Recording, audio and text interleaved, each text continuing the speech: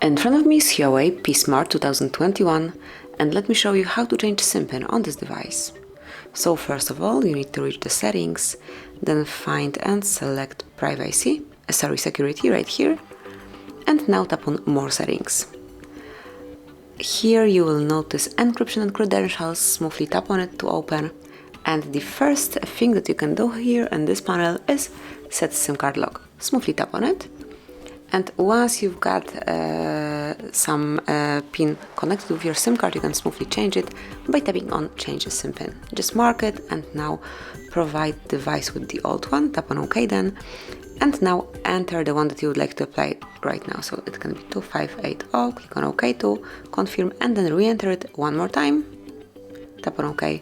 And that's it. It has been already done. It has been already changed. So this is it. This is how you can change SIM pin in your HUAWEI. Thank you for watching, please subscribe our channel and leave the thumbs up.